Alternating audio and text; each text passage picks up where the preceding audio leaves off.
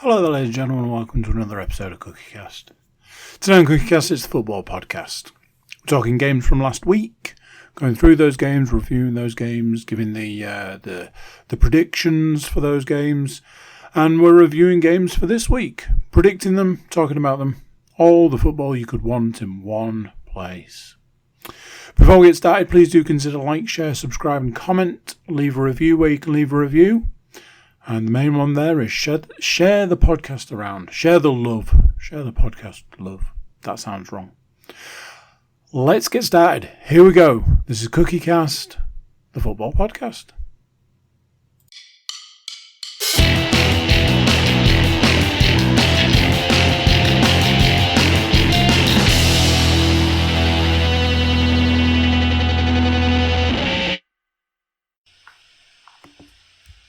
Recording in progress.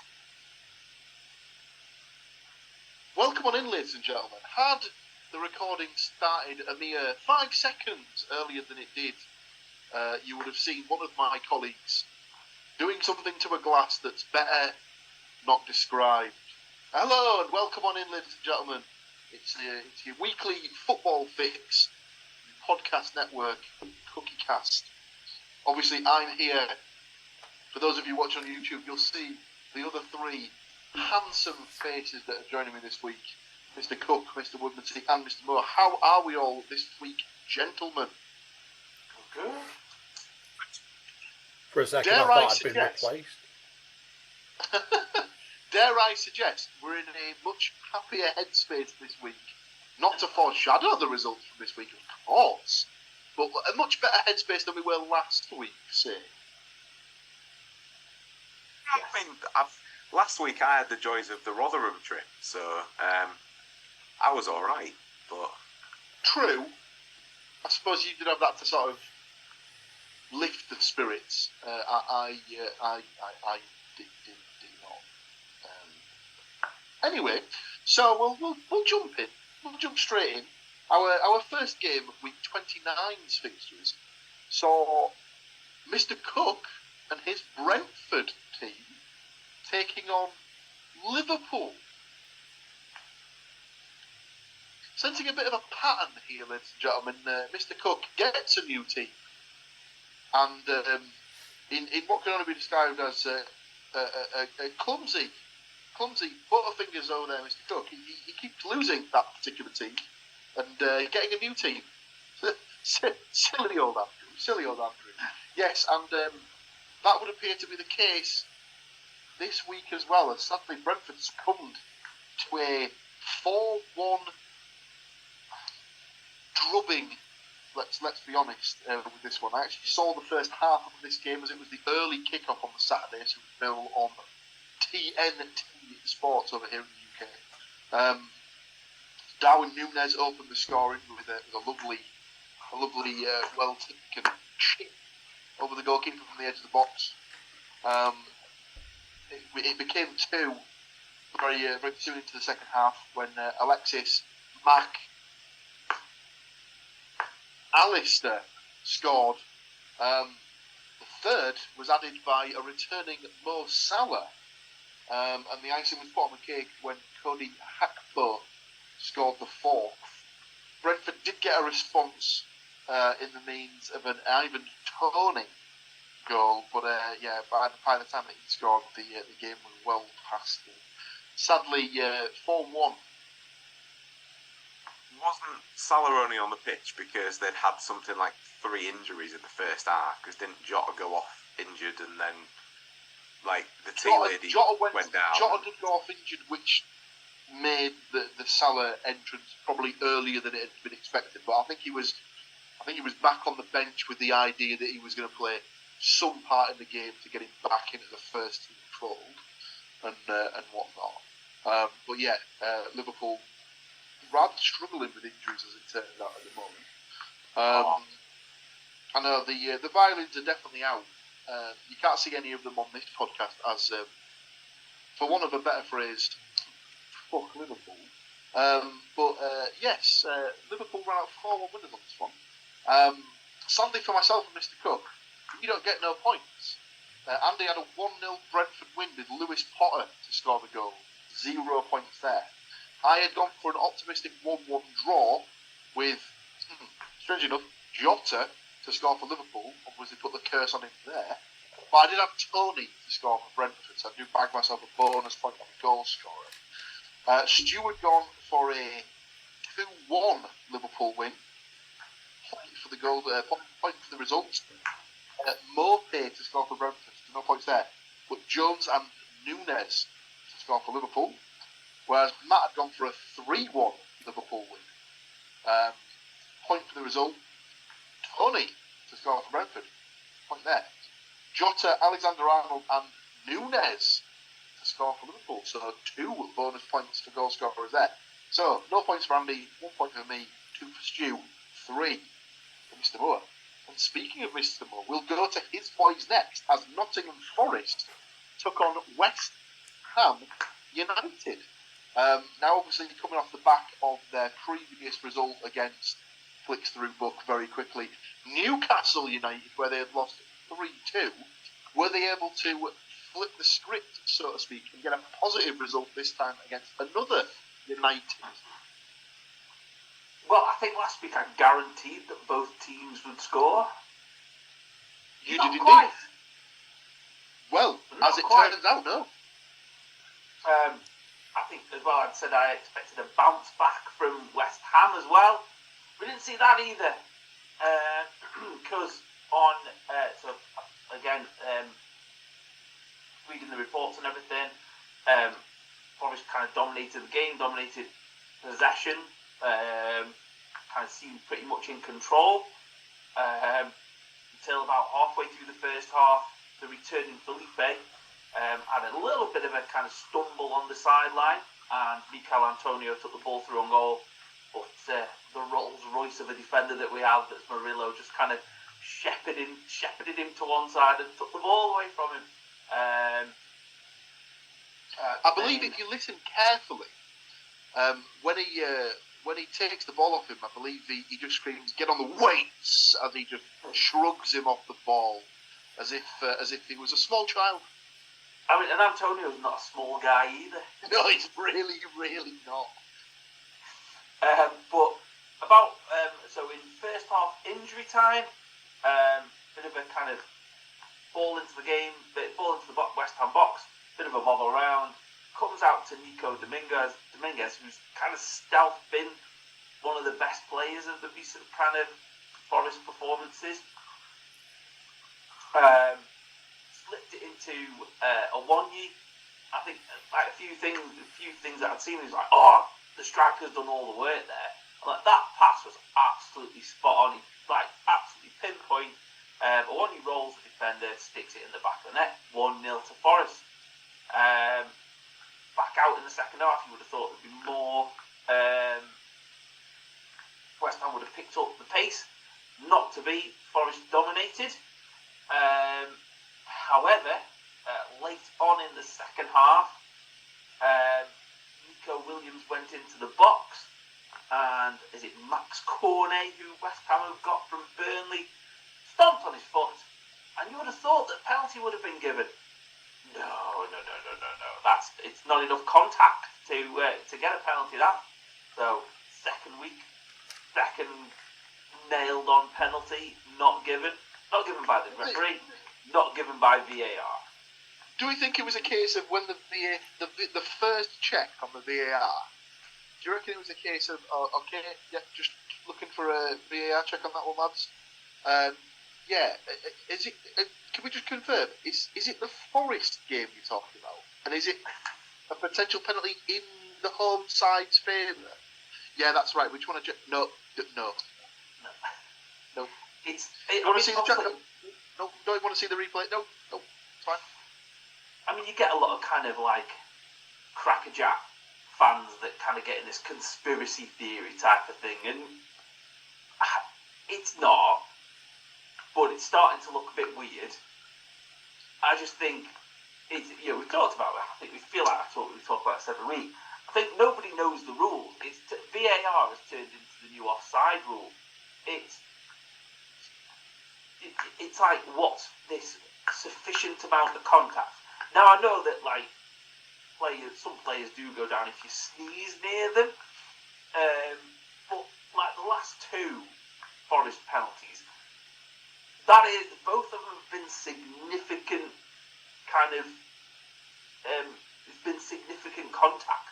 If someone treads on your foot, you're probably going down. If someone trod on my foot and I was walking, I'd probably fall over, let alone running at a decent speed, which Nico Williams does go at. But yeah, penalty not given is this, whatever kind of thing.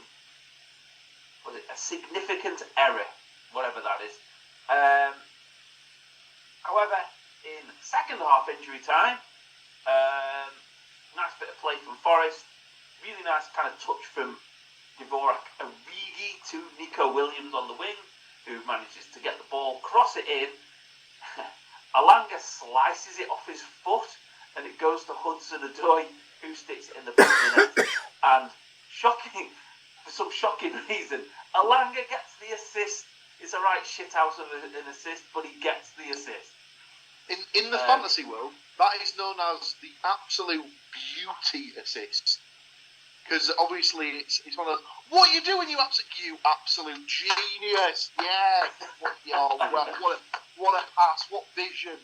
But you'd be absolutely furious in the league if like you were in a league with someone who had Alanga in their team. You'd be like, what? No, you got an assist for that one.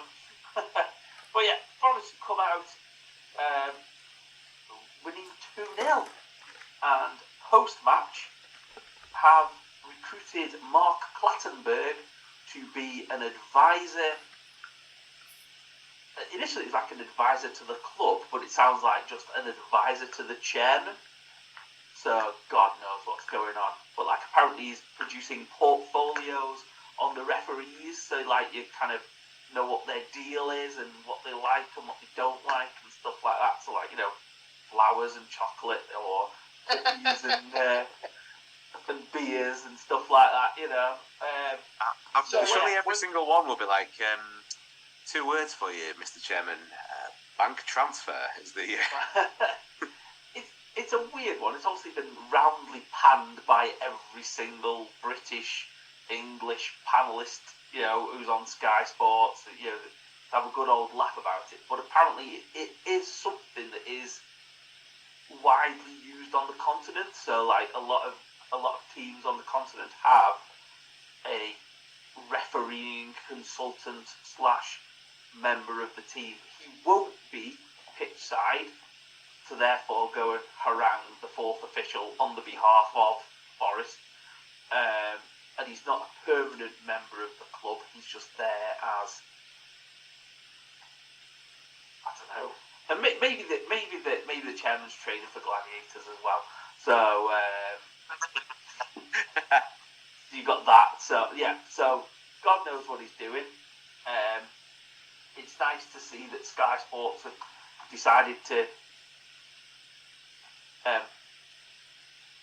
give it a chance, maybe, or just roundly mock it, which they've all done. I think when I was talking to James Pass about earlier, he said that I think the idea is that he's there to sort of give them advice on when and when not to appeal like certain decisions about. So say if you get like a red card, you've obviously got a set amount of time in which you can actually appeal the decisions. Right. And generally, obviously, you get the issues where if you appeal and they don't think it's like, a worthy appeal or anything like that, you can sometimes have extra games added on for frivolous appeals and things like that. So I imagine stuff like that.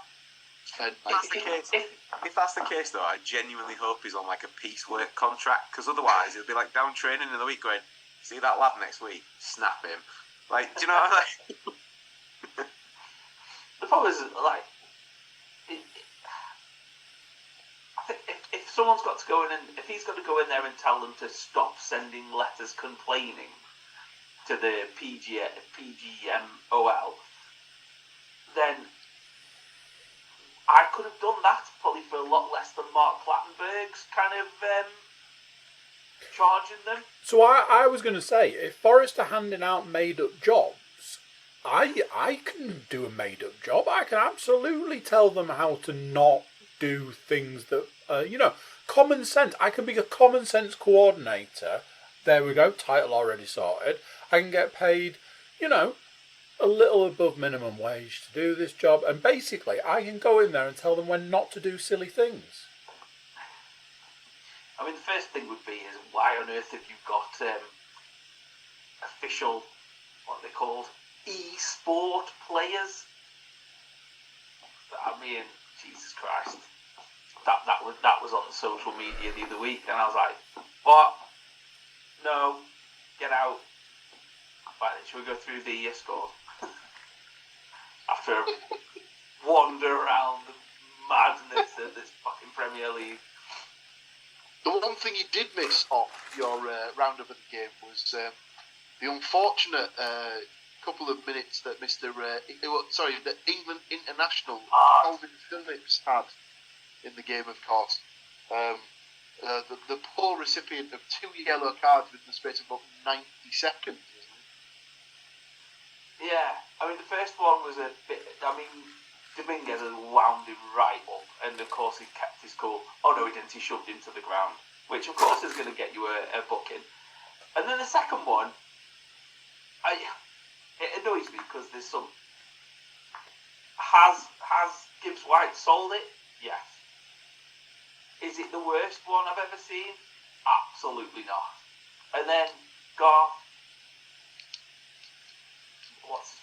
Crooks has decided that he's it's terrible. I'm sick of players doing that now. Why is Gibbs White's version of it the straw that broke the camel's back? Because it was quite a nasty challenge. His foot was very, very high, and it was just unnecessary. And I think one of the things I'd seen was that obviously he got booked for shoving someone to the ground, but the foul will have been an accumulation of all the other shitty fouls that he will have done through the game, that will have been treated as two separate things.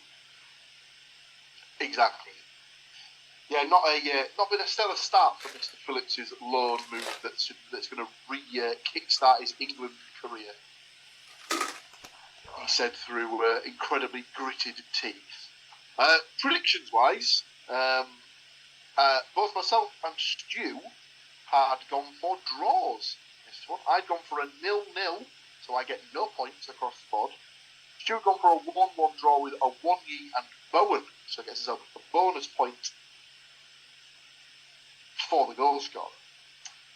Mad, as we said before, had gone for what appears to be the Forest favourite score since being returned to the Premier Division, a 2-3 home defeat.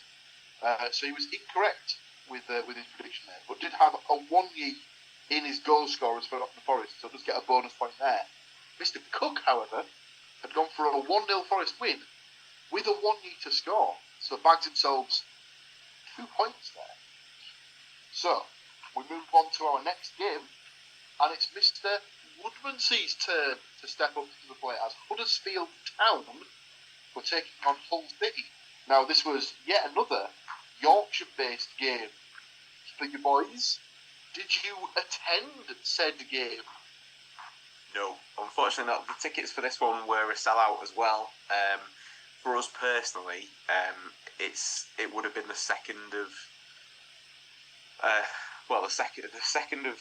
2 away games that week. So obviously, like, just travelling and money and a little bit of a stretch for us. But no, we did.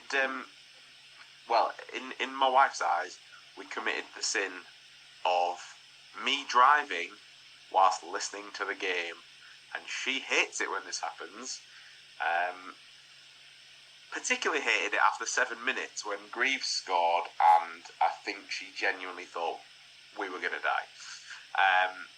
But yeah, it was Greaves' 200th appearance for the club, and the goal came from the corner on the left. It was headed out, knocked back into the area, and Alfie Jones, of all people, so the other centre half, heading it back into the danger zone where Jacob Greaves finished nicely with his left foot. However, I say finished nicely, he kept it down and on target. He's a defender. That's all we ask that he does. The Huddersfield keeper did not cover himself in any glory by essentially congratulating the ball on its way into the net, by just giving a little tinkle on its way by. I believe in some corners of the world that he is known to have what are deemed poppadom wrists.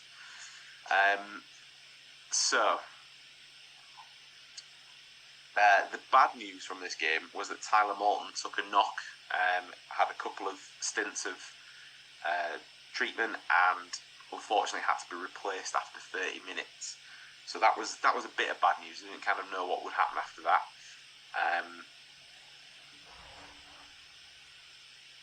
Not really much happened. Like it was a really even game. There was, but no real sort of massive chances in that respect. Possession-wise, it was 48-52 in Hull's favour. So again, very close. Both teams mustered only 3 shots on target each all game. However, one of the shots on target for Huddersfield did beat Ryan Alsop as Radoni scored from the edge of the area in the 90+2 minute category. So, been 1-0 up since the 7th minute. Injury time arrives. Think, they're throwing it away. I was ready to kick an inanimate object over the back fence at this point, as we had arrived home. Thankfully wasn't driving by this point. And I thought that was it. I was like, well, man, point away from home, not bad, but also it's Huddersfield, so we should have been winning this game.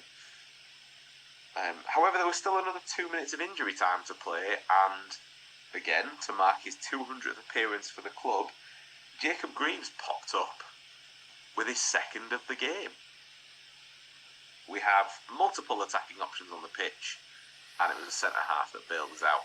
And this time, it wasn't necessarily the fancy building up from the back and playing it through the thirds. It was the end of the game, a good old-fashioned lump into the box, and a diving header from the centre-half who was quite brave in this situation, because it was one of them. It was 50-50. Either he was heading the ball towards the goal, or he was going to be picking his teeth up off the floor, because there was a boot very close to his face. But thankfully for us and the once again sold out travelling Hull support, 3 points comes all the way back to East Yorkshire from the filthy West. So it's it's two away games on the spin, 3rd win in a row, which is pretty good.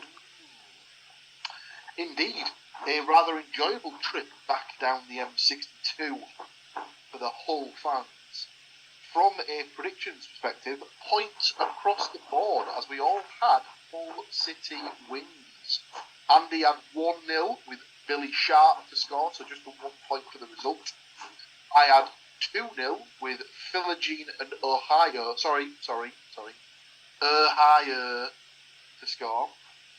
Does that mean we should technically call him Philogene as well? He has Jaden on the back of his shirt. So that's fine. Yeah, that's true.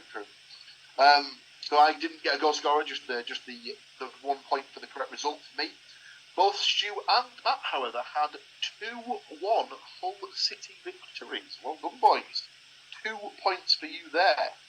That's where the points end for Mr. Woodmansey, as he had Karoma to score for Huddersfield, Cavalier and Sharp to score Hull. No extra points there. Matt also had 2-1, as we said, had Philogene and Ohio, but did also have Radoni to score for Huddersfield, to find himself an extra bonus point for a goal scorer there, to get himself 3 points for the week. Our next game saw my boys Middlesbrough taking on top of the table, pace setting and probably on to be record breaking Leicester City. And to say that I went into this with little to no confidence would be the understatement of the season so far. And how right I was, as Middlesbrough ran out 2-1 winners to beat Leicester for the 2nd time this season. Yes, that's correct, folks. Middlesbrough, who can't beat bottom of the table Rotherham once this season, but can beat the league leaders both times. The opening goal was scored when the ball was played out from the back into Lewis O'Brien's feet near the centre circle. He played a little 1-2 with Sam Silvera on the left-hand side, who then released Lewis O'Brien down the left. He outpaced the Leicester centre-half Wout Faes, which meant that they both had to be travelling at about 2 miles per hour, as it was a bit of a reverse pace-off, as in who was the least slow to get to the ball.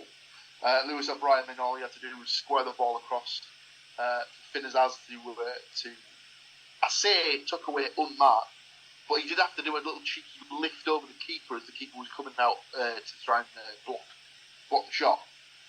One became two quite soon after in the first half, as Sam Silvera got the second. Leicester had taken a throw-in on the right-hand side, where Ryan McGree was quick on the money, intercepted the throw from Stefan Mavadidi, slipped a little through ball for Sam Silvera into the box, who just finished lovely across the goalkeeper to make it 2-0. Leicester did get a goal back with about 5 minutes to go in the second half. A classic Jamie Vardy finish. In such a ball was flipped over the top for him to use his pace to run on to in behind. He outpaced the centre back and slashed a lovely finish across the goalkeeper to give the Borough fans a nervy last 5 or 10 minutes. But they did hang on to get a famous win, their first, no less, at the old Crisp Bowl. It might be the King Power Stadium. It'll always be the Walkers Stadium to me. It'll always be the Crisp Bowl. So yes, a 2-1 Middlesbrough win. Myself, Stu and Matt had all gone for Leicester City victories. And sadly, in that, I'd gone 3-0, Stu had gone 1-0. And neither of us had Vardy to score in our Leicester goal scorers. So we get 0 points. Matt had 3-1 and had picked Vardy to score, but had also picked Azaz to score for the Borough. So gets himself 2 bonus points, even though he got the result incorrect. Mr. Cook, though, he's done it again. 2-0 Middlesbrough win with Fours and Silvera to get the goals. So bags himself 2 points from the Leicester-Middlesbrough game.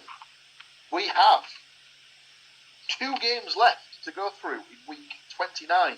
But before we give you the result of Manchester City versus Brentford, we are just going to take a small break for refreshments, maybe urinations. Who can tell? It might be all sorts of fun and frolics on this side of the podcast. You won't need to go anywhere. We'll be right back in your feed. But we're going to have to sit tight for 2 minutes. Bear with us.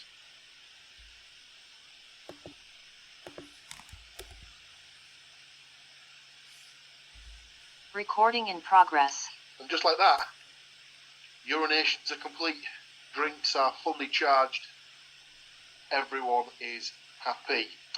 So, where we left off, our next game to cover was Manchester City versus Brentford. Could Brentford give Mr. Cook a second stab at staying as his chosen club when they travelled to the Etihad to take on the might of Manchester City? No, in short answer, was the case. They did all right for a half. They got to half time at 0-0, but sadly they succumbed, like most people do, to an Erling Haaland strike midway through the second half, which sadly condemned them to a second defeat in a week and left Mr. Cook with the onerous choice of taking Liverpool or Manchester City as his next team. So it's one of those things that it's not a great choice. I don't want to have to go into the background of certain team choices, etc., etc. However, there's absolutely no way I'm taking Liverpool, so I think that kind of decided that. There is one team that I would take less than taking Liverpool, and I think it's because basically their fans are the same. So I guess it's Man City. Well, not to sort of cast aspersions on any previous tattoos you might have, but at least you'd only have to make like one adjustment to a particular team to make that one relevant. But it is what it is. From a predictions perspective, Andy had gone for a 1-1 draw. Had some faith in his Brentford boys. Had a Lewis Potter goal for Brentford, but did have the bonus of a Haaland goal for Man City, so he does bag himself a bonus point there for the goal scorer, even if he didn't have the result. Myself, Stu, and Matt all had varying degrees of Man City win. Stuart had gone 3-0 with Haaland, Foden, and Alvarez. Myself and Matt had both gone 4-1. I had Haaland with 2, Foden and De Bruyne with Wissa to score for Brentford. Matt had Haaland, De Bruyne, Silva and Bob to score for Man City. So basically, Andy gets 1 point for Haaland scoring. Myself, Stuart and Matt all get 2 points for Man City winning and Haaland scoring. And to finish off the week, Hull City were in action for the third away match in a row, which, when you think about it on paper, sounds a little bit crazy. But they travelled all the way down to Southampton, which is just a nice 5-minute jaunt down the road for a Tuesday night, isn't it? I mean, you say 5 minute. What you meant was 500-mile trip on a Tuesday night. The tardy 450 to 500 people who made the journey, those of them that went on the official coaches, were at least treated by club sponsor McVitie's to like a little snack pack on the team coach. So that was a nice little touch on the way down from one of the club sponsors. Those same people returned back to East Yorkshire at 3:15 in the morning on Wednesday. But did they return having eaten all of their biscuits and Jaffa cakes and with 3 points? I don't know when the last time Hull won 4 games in a row would have been, particularly 3 away games. Oh, wait a minute. It's right now, because Hull won for the 3rd game in a row 2-1. So what was, I think, was it last season, Borough seemed to pull out 3-1. Hull have just decided, now can't be asked with that, we'll just go one less. So yeah, Zaroury's first goal since joining on loan from Burnley arrived in the 11th minute of the game. Oh, this time, podcast listeners, you'll be pleased to know, I wasn't driving. I was, however, on a treadmill in a separate garage to the building that I'm currently broadcasting to you from right now. And my wife did come out to the garage to check that the noise she had heard was not me killing myself by falling off the treadmill. So yeah, apologies to the neighbours down the street. So the goal came around as Giles took the ball, as he tends to do, into the attacking third, passed it to Philogene, who had a bit of a rasping shot. The keeper got 2 hands to it, and it rebounded straight into the path of Zaroury, who tucked it away. But from all accounts, the commentary, Hull were going from strength to strength. It did seem like a bit of an open game, though, or a more open game in the first half. Southampton took a leaf out of our for the second goal in attempting to play it out from the back, and Hull took a leaf out of everybody else's book that we've played this season and actually pressured man-to-man right on the edge of their 18-yard box. Philogene picked up a loose ball, passed it to Fabio Carvalho, 2-0 Hull. That was on the 36th minute. Went into half-time, 2-0 up. A little bit shocked as to what was actually happening, because bearing in mind Southampton are 3rd in the league and haven't lost at home since September. It was a bit of a strange one. Anyway, Southampton apparently improved in the second half, although the commentary I was listening to talked more about Hull in the second half than they had in the first half.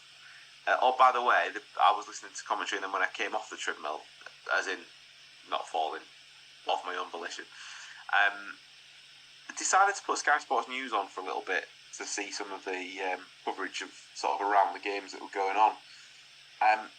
Paul Merson is not the guy you want covering your game, because every time it so much as goes into the final third, that man is looking for TV time. Every time the ball into the final third, all you're hearing is in the background. It's like, just pipe down. Unless it's an actual shot or something of value, shut the fuck up. Anyway, Hull being Hull, couldn't hang on to the 2-0 for the full game, and in the 88th minute, let a Rebo score for what ended up being a consolation goal. So, could have been worse. For the first time in a long time, actually, probably because of the second half, Hull played a team that had more possession than them. But we still had more shots on target, and ultimately the ones that counted. So, moved Hull back up into 6th. Very happy. Very, very happy. Very, very happy. That's all I can say. Absolutely. You can't really argue with getting 3 points at a team that hasn't lost in 5 months at home, or 7 months at home, 5 months at home, 5 months at home. I'll get maths someday, don't worry. And like you say, obviously moving them up into the playoffs, a very handy position to be in, with about 12 or so games left in the season. Predictions-wise, myself, you, and Matt didn't really give Hull much of a chance in this one. Stuart had gone for a 1-0 Southampton win with Adam Armstrong to score the goal. I had gone for a 3-1 Southampton win with Adam Armstrong and Edozie to score. Billy Sharp to bag for Hull. Matt had gone for a 3-2. He'd obviously thought that the Forest was going to have a little bit of influence on this game. So he'd gone for Adam Armstrong to get 2. His favourite small bow to bag 1 for Southampton.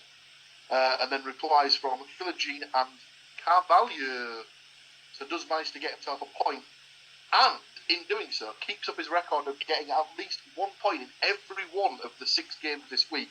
Which I think deserves a round of applause there, sir. Well done for getting at least a point in all of our games this week. But he's done it again, ladies and gentlemen. Captain Optimistic was right on the money. 2-1 Hull City victory. 2 points for the result.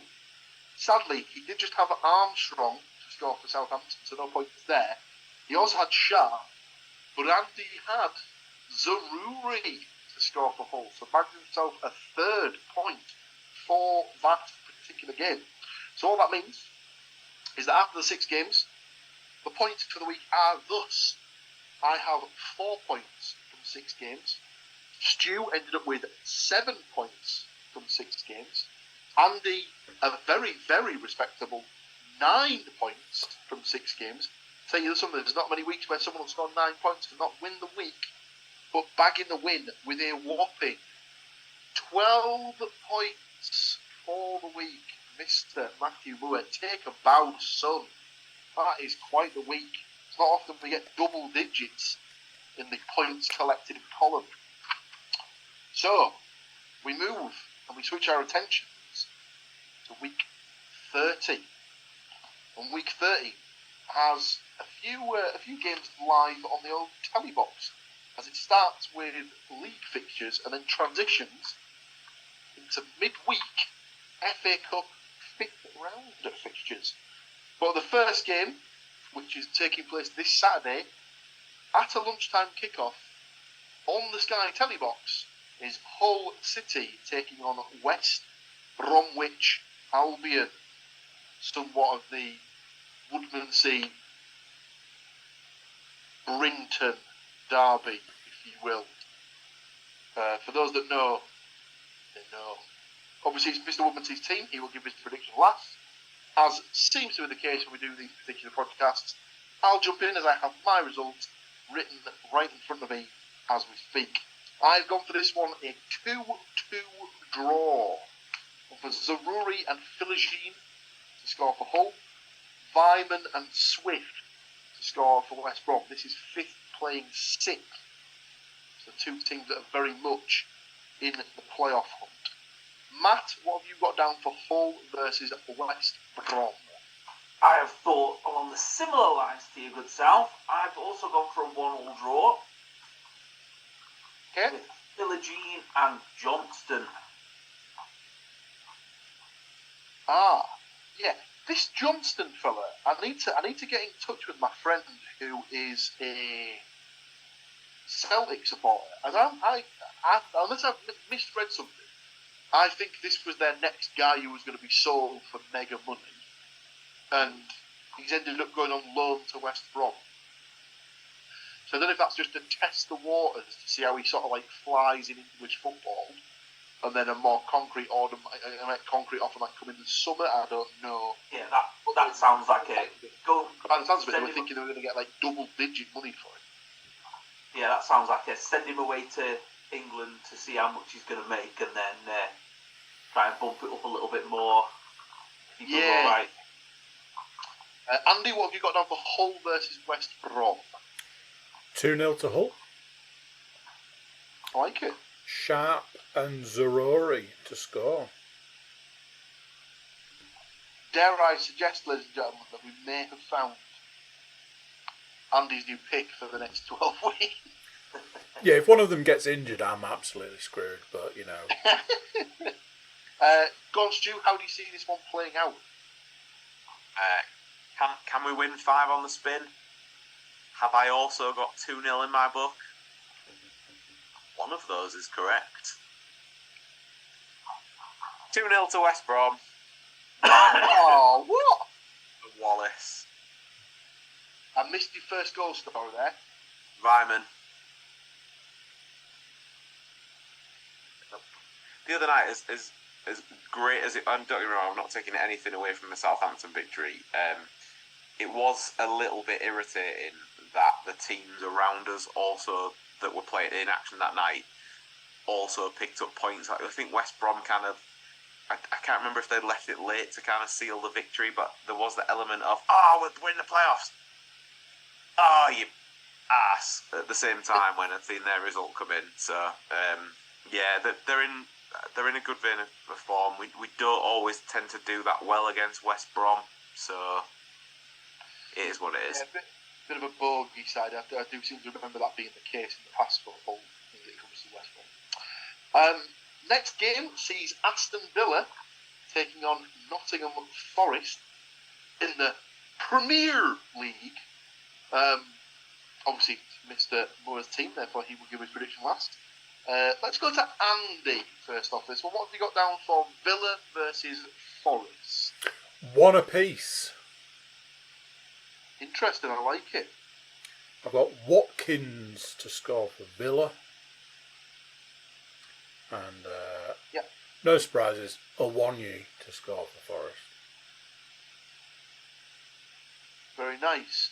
That could only mean, ladies and gentlemen, the Aston Villa website is in full working order. Am I correct in thinking this? It is in full working order, I can confirm, heartily. Very nice. Sadly for Mr. Moore, I've gone for a 2-1 Villa win on this one. Villa very much out of form at home, but away from home have been very good. I know this one is at Villa Park, and they've lost the last 3 there. You'd think that probably ends fairly soon, and I think it could be this weekend, sadly. So I've gone 2-1. I've gone Watkins and McGinn to score for Villa, because why wouldn't he score? Because shithouse. And Danilo to score for Forest. The look on Mr. Woodmansey's chops would indicate that he's either got McGinn to score, or I've just pissed all over his chips with everything I've said there. Almost. So I have it down as 2-2. Okay. I've got Elanga and Gibbs-White for Forest. And I've got Watkins and McGinn. And my entire reason for picking McGinn is because he's a massive shithouse. And you said the exact same thing. But I think I agree with what you were saying about Villa haven't been amazing at home of late. Forest have been doing pretty well. But until the West Ham game, also shipped a few goals. So it's got that high scoring, let's not bother playing the keeper for the last 5 minutes kind of feel about it. So push the goalie, or pull the goalie, as I believe the ice hockey fraternity. Obviously, watch out in the new year. I don't think anybody in ice hockey says it like that, though, Paul. To be fair. Well, just saying. Watching the new year for the Getting Over Ice Baby podcast, where we discuss the ins and outs of the hockey world. Obviously, if that ends up happening, I will eat my own clothes, as I know next to nothing about ice hockey. So, the less said about that, the better. Matt, how do you see things pan out for your boys in Birmingham? I have also agreed with the scoreline from somebody on this podcast, and it is you, Mr. Williams. I've gone for a 2-1 Villa win. I almost went for the trusty 3-2, to be honest. I just think, I think it's the kind of thing of like, Villa are still fourth in the league, or fourth or fifth in the league, which means they are decent. And we played West Ham when they were on their way down. I know we've kind of turned it around a little bit, but away form is a lot different to home form for Forest. So I've gone for 2-1 Villa win. Watkins and Louise to score for Villa, and Morgan Gibbs-White. He's from that area, so I just thought, sod it, give him a goal for his troubles. Gibbs-White? Yes. Yeah, one of those sort of strange things. He's from the Midlands, which obviously means that, of course, he's a Man United fan. Work that one out when you have the time. Our next game sees my boys Middlesbrough back at home to take on Plymouth. Now, just before you get your predictions, lads, I will just remind you, this is the Borough. They are coming off a fantastic result against Leicester. Just keep that in mind when you're making your predictions.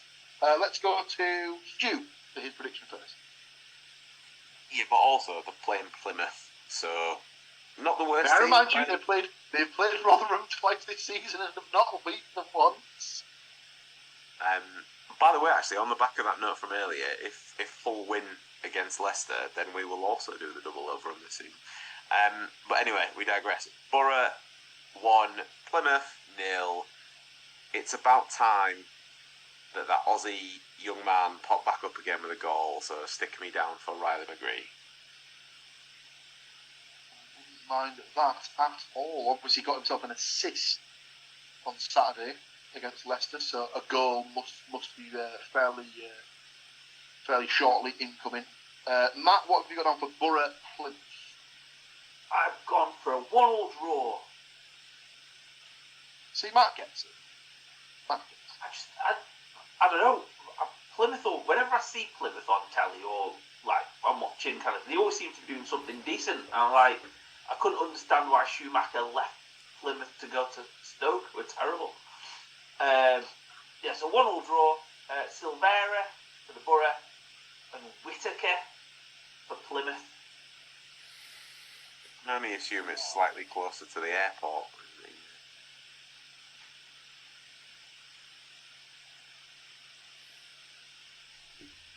What? When he goes on holiday. Wait, come on. Answers on a postcard, ladies and gentlemen, because if anyone can decipher that one, I'll give them some cash. Andy, what have you got for Borough versus Plymouth? 2-0.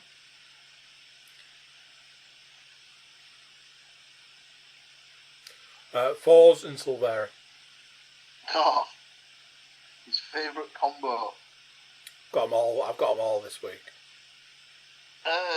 Despite my consternation about the fact that this is Middlesbrough and the fact that they have just beaten the league leaders, I have gone for a 2-0 win.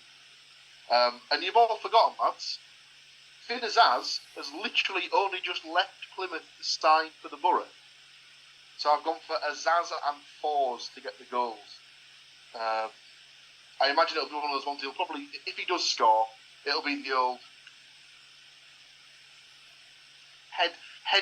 heading sort of hang dog mode. Oh, sorry, I didn't mean to score. Oh, sorry. Right. Our next game sees Mr. Cook's new side of Manchester City travelling down to the south coast to take on Bournemouth. I found this on the web. Thanks. Didn't ask you to. Obviously, Mr. Cook's new team, he will go last. I've gone for a 3-1 Manchester City victory. Got Solanke to score for Bournemouth, then one each for Haaland, Foden, and obviously Bournemouth old boy, Nathan Ake. Stu, what have you got now for Bournemouth versus City? 1-0 Alvarez. It's a Man City, obviously. What? Man City Definitely seems to be... they were giving Alvarez the indistinction of scoring an own goal in a Bournemouth win. No, Man City seem to be doing that thing where they're struggling but still winning games. So I'll just go down in that. Keep following that trend and see if it comes off. Sign of a good team, a sign of a title-winning team. Just how Very much so. cliches. What have you got down for Bournemouth, Man City? I took kind of Stu's idea into account as well, so I've just gone for a 2-1 win for Man City. Man City win still, but just a 2-1 win. Yep. Solanke for Bournemouth, and Haaland and Doku for Man City. Ah, yes. Jeremy Doku, the man who has no clue what speed his legs will travel at that day. That brings us to the new Manchester City fan in the room, Mr. Andrew Cook. How do you see this one panning out for your latest squeeze? Yeah, I've got to be hopeful here. I've got to really stick to the new team. So 1-0 Bournemouth win. Correct. Yes. With Scorer? Solanke. Now there was a chance for you here, Andy, to crack out an ex-Middlesbrough name in Tavernier. But if he does score, I'd be very Darn it. So 2 games left, and sticking with Mr. Cook's team, we see Luton Town taking on Manchester City in the 5th round of the FA Cup, and as has been the case, as in the past couple of years, this is the 5th round that will be taking place midweek, so as to avoid any disruption to the weekend football fixtures. Obviously, it's Mr. Cook's team, so he will go last once again. I've gone for a 2-0 Man City win on this one. I've gone for Alvarez and Bob to score the goals. Matt, what have you got for this one? I've gone for a 3-1 Man City win. Yep. I've got Morris for Luton. Boom.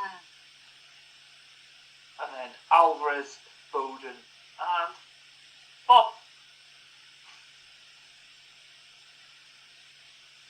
I'm going to put it out there. If Man City don't lose a game between now and the end of the season, are we all just going to chip in for a Bob shirt for Mr. Cook? Yes. Stu? Andy looks delighted at that prospect. It looks like he's definitely going to wear it. Anything worse. It wouldn't be a Bob. It wouldn't be a Bob shirt. Surely that guy will sell more bobble hats anyway, or bobble heads. I have also agreed with Matt. It's a 1-3. It's a shithouse goal for Luton. I cannot stand that guy. Like, just no. Is this before or after he cheated to win that penalty against the Borough? Just all of the above. He's just a filthy, filthy footballer. Well, he came from Barnsley, didn't he? He can go back there as well. And then from Man City, I've also got Foden, but I've gone for Haaland and the lesser spotted Rodri. You say lesser spotted, but you'd be amazed how often that guy pops up with really, really vital goals for him. Obviously, I mean, I'm not sure how vital it would be in a 3-1 win, but no, but scored the equaliser against Chelsea, scored the winner in the Champions League final. Big game player. Big game player. He's not on the predictions very often, is he, for a team like that? So probably true. True. I want him. So second game in the space of a week for your boys, Andy. How would you see this one panning out? Sticking with the boys, 1-0 Luton win. And the Luton website? Yeah, solid. Got me to Adebayo. Elijah. Right. Which means our last game of the predictions week takes us over to West Bridgford, where Nottingham Forest will be taking on Manchester United, also in the 5th round of this season's FA Cup.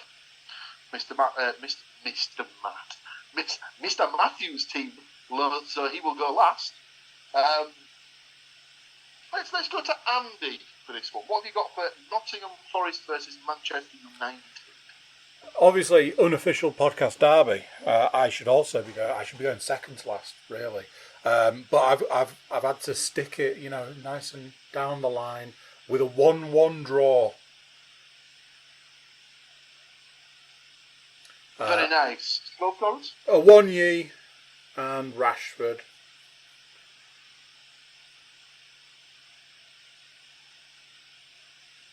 Stu?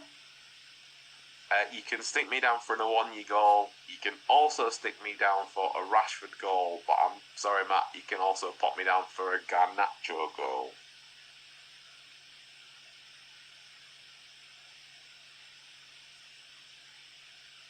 That is 1-2 for those of you keeping score at home, and you'll be hearing that result again now, as I too have gone for a 2-1 Manchester City win.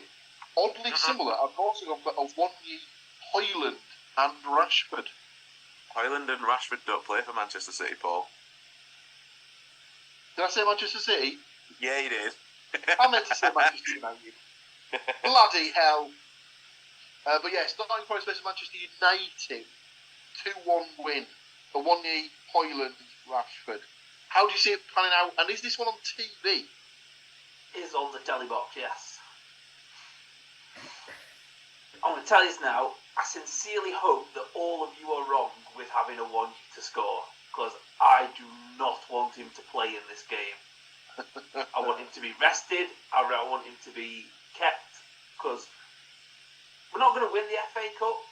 We're not going to win this game. Therefore, the fact that he is nursing himself week to week, from weekend to weekend, to play for Forest in the league, then he definitely doesn't need to be trotted out for the FA Cup. That being said, I've gone for a 4-1 Man United win. I think it could go badly, because obviously they lost at our place just after Christmas, which was very nice. But yeah, I just think they're going to come out all guns blazing. They seem to have hit their straps all of a sudden. I don't know where it's come from, but it just seems to. Yeah. So yeah, I've got Origi scoring for Forest. Scoring for Forest, and then I've got Rashford with 1, Højlund with 2, and the stealth. I don't think he even is stealth shithouse. Fernandes to get the 4th. Now, there's no stealth about it. He's just the full-on shithouse. You're wondering where the bouncers come from. It's the old Jimmy Ratcliffe takeover, isn't it? Which I might add, I learnt this week that he is of Beverley Grammar School fame, so he went to school. Yes. I too discovered this when I was doing a little bit of digging about him earlier on. Yeah, born in Manchester, but moved to Beverley with his family when he was about 10 years old. Definitely doesn't sound like he's from either of those places. No. He's definitely strikes me as one of those guys who's got the old RP pronunciation.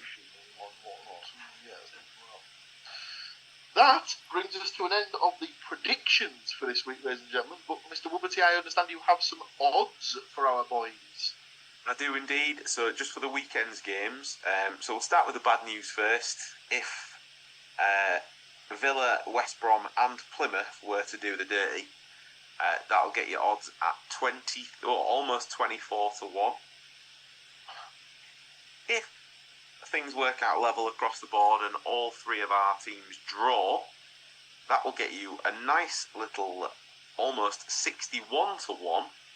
So, I mean, obviously the draw is always going to be higher, but that feels especially high this week. And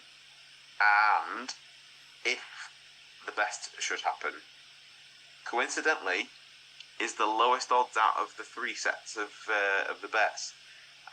So Forest, Hull and Borough all to emerge victorious will get you 19 to 1 this week. So Mr. Hill seems to think there's more chance of us all winning, like we all did last weekend. So, well, I was going to say, do you want to inform the listening and viewing public what they would have won had they backed all of our boys to win last Saturday? So last week, had you have jumped on board with the triple victories, I am struggling to find this right now.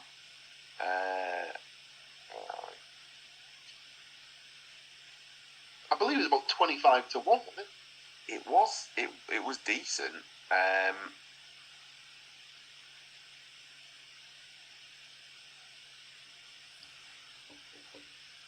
Where are we? There it is. Mr. Cook has kindly put it up there. Well, that was the return on a 25 pence stake. 24. There we go. 24 to 1. Did you put that on as well, Andy? No, that's what you sent. No, you sent us a picture. I didn't realise I'd done that. I'm more organised than I gave myself credit for. Yeah, you sent us a picture of the winning bet. So that's there okay. you go. So yeah, that'll fund the rest of the season's 25p betting. So there we go. Lovely stuff. So the other day, that's another week. Done and dusted, tied up nicely with a nice ribbon, some string, maybe a little bit of glitter, and a bow. All for you, lovely folks. Join us again next week, where we'll dress it all down and do it all over again for you. Thank you as always to my three wonderful colleagues. And yeah, take care. Take care of yourselves. Take care of everyone else, and we'll see you in about a week's time. But for now, tatty bye. So there you go, what do you think of that?